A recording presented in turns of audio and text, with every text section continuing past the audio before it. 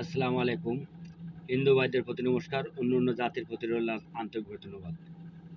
আমি আজ কয়েকদিন খুব রোগীর চাপে আছি, আপনাদের মাঝে ভিডিও ছাড়তে পারতেছি না, তার জন্য আন্তরিকভাবে দুঃখিত।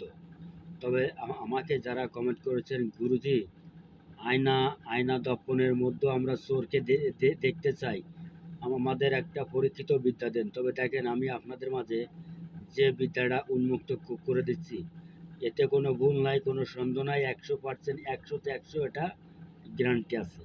তবে দেখেন, আয়নার ভিতরে চোরকে দেখা, এবং আপনারা এই এই যে মন্ত্রটি আপনারা সুন্দর কায়দায় মুখস্থ করবেন।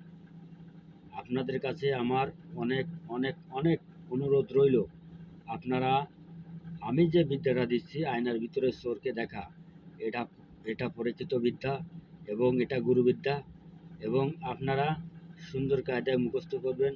কখন ঠিক যারা কাজ করতে চান বা কাজ শিখতে চান, আমি তাদের উদ্দেশ্যে বলছি, আপনারা এই বিদ্যাটা কখনই মুখস্থ করবেন। এই বিদ্যাটা কিন্তু ভিন্ন।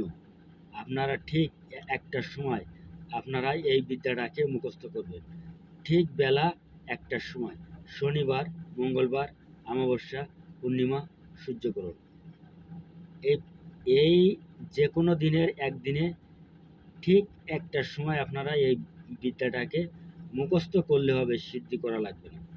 তবে এটা পরীক্ষিত বিদ্যা। আল্লাহর রহমতে আপনারা করে দেখুন।